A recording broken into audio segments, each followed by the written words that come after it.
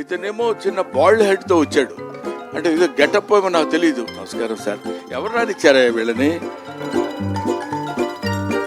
ఈ అమ్మాయి ఏమో ఓల్డ్ ఉమన్, 95 years అమ్మాయి లాగా.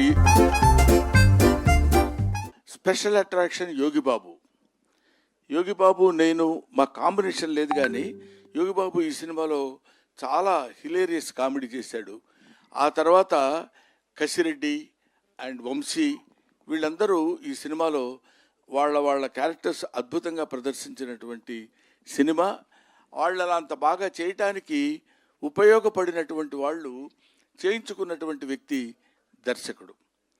ఇది పోతే ఇంకా మీరందరూ చూస్తున్నారు, నేను కూడా చెప్దామా వద్దా అనుకునే ఇద్దరు క్యాండిడేట్లు ఉన్నారు కదా. హీరోయిన్ గురించి చెప్పడేంటి, వీళ్ళందరి గురించి చెప్తున్నాడంటేనే. హీరో హీరోయిన్ మిస్టర్ చెప్పబోయే దానికి కూడా మొహపడతావు ఎందుకు, వేరేగా చెప్పమంది.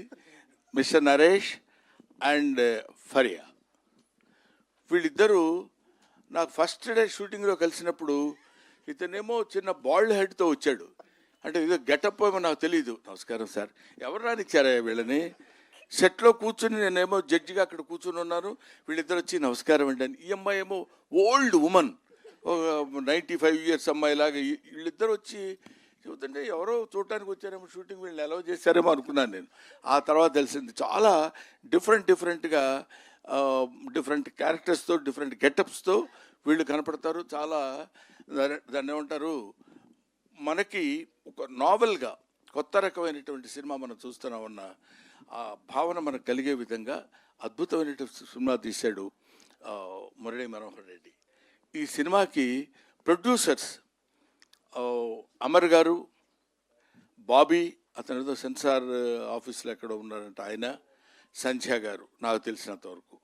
ఇంకెవరైనా ఉన్నారండి? వేణు గారు. వీళ్ళు ప్రొడ్యూసర్సు. ఈ సినిమాకి ఎంత కావాలంటే ఎంత ఖర్చైనా పర్వాలేదు, ఒక అద్భుతమైన సినిమా తీయాలి, దాన్ని ప్రజల్లోకి ఎలా తీసుకెళ్లాలనే విషయంలో ఎంతో కష్టపడి ఒక చిన్న పాయింట్ దగ్గర కూడా దర్శకుడు రాజీ పడకుండా, దాన్ని ఏమంటారు, ఏదో పర్వాలేదులే ఇది ఎలా ఉన్నా పర్వాలేదు అనేటువంటి భావన లేకుండా first frame to last frame వరకు అద్భుతమైనటువంటి సినిమా తీశాడు. ఇటువంటి సినిమాలు మీరు డెఫినెట్గా చూసి ఆదరిస్తారని తెలుసు.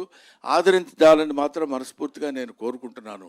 ఇటువంటి సినిమాలు తీస్తే, ఇలాంటి ప్రొడ్యూసర్స్ కొత్తగా వచ్చిన వాళ్ళు ఇంకా మంచి సినిమాలు తీసి ఇంకా బోల్డన్ని సినిమాలు తీస్తే ఎన్నో కుటుంబాలు బతుకుతాయి. మన సినిమా కళకళలాడుతూ నిత్య కళ్యాణం పచ్చతోరణంగా ఉంటుందని ఒక ఓల్డ్ ఆర్టిస్ట్ లాగా మీ ముందు మనవి చేస్తున్నాను. ఓల్డ్ ఆర్టిస్ట్ అంటే కంటే ఎక్స్పీరియన్స్డ్ ఆర్టిస్ట్ లాగా మీ ముందు మనవి చేసుకుంటున్నాను. You bless them. రేపు 19వ తారీఖు December 19th ఈ సినిమా రిలీజ్ కాబోతుంది. అందరూ పాపం బాగా టెన్షన్ పడుతున్నారు.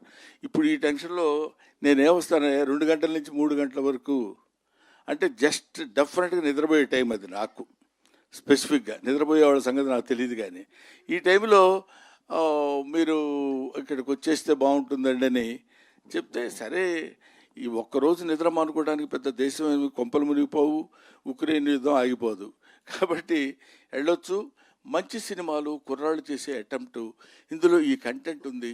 ఇట్లాంటి మంచి సినిమాల గురించి 4 ముక్కలు మనం మాట్లాడినా, 4 ముక్కలు నలుగురు తెలుసుకున్నా ఇలాంటి మంచి సినిమాలు సక్సెస్ అవుతాయని నేను మనస్ఫూర్తిగా కోరుకుంటూ, ఇలాంటి సినిమాలు ముందు ఎన్నో సినిమాలు రావాలి, సక్సెస్ అవ్వాలి. ఇలాంటి ప్రొడ్యూసర్స్ 10 కాలాల పాటు ఉండాలి.